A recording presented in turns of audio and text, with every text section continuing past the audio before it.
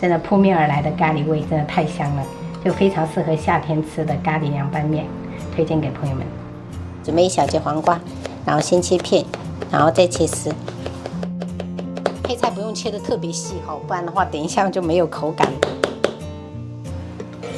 然后胡萝卜我们也给它切片，然后再切成丝，然后再洗一点豆芽放一起。接下来我们切一点葱花，加入1勺辣椒面，1勺熟芝麻，半勺花椒粉，1大勺白糖，大概1勺的蚝油，最后加入50克咖喱块。最后我们淋入滚烫的热油，然后充分给它搅匀。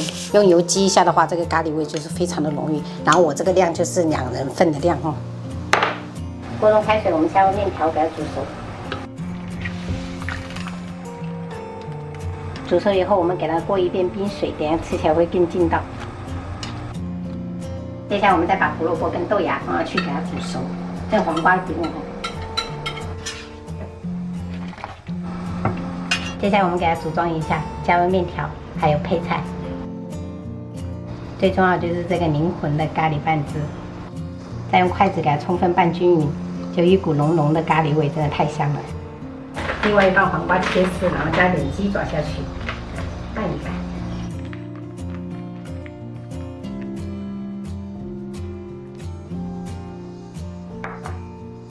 量你这个太多了。能吃的吗？能吃的吗？很有食欲。然后我们就吃这个，然后我就是吃荞麦面，炒了一个荞麦面。夏天就是要吃辣的冒汗，你看，才爽。我就煮一煮饭就冒汗，就感觉后背又是。小辣椒比我们好一点。这种小辣椒我最喜欢。就是比那种什么螺丝椒、线椒又香又辣。对。看来这个咖喱对你有点辣。不是咖喱，要吃这个。这咖喱我都是买的不辣的那种咖喱块。这个酱汁味道。你是这个辣还是这个辣？这个鸡爪的汤汁弄到里面了。因为我把那一包红油包都加下去。最选里面这个泡椒。那我也要吃泡椒。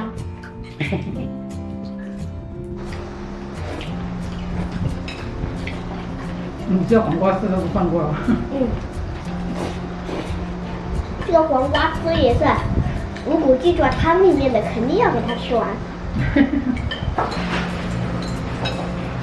好。慢慢吃，宝贝。好黄啊！那怎么办？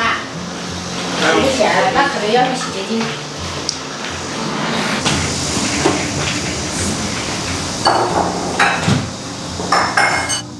吃饱了吗？吃饱了。吃饱了。我去姑姑家喝了1小瓶菊花茶。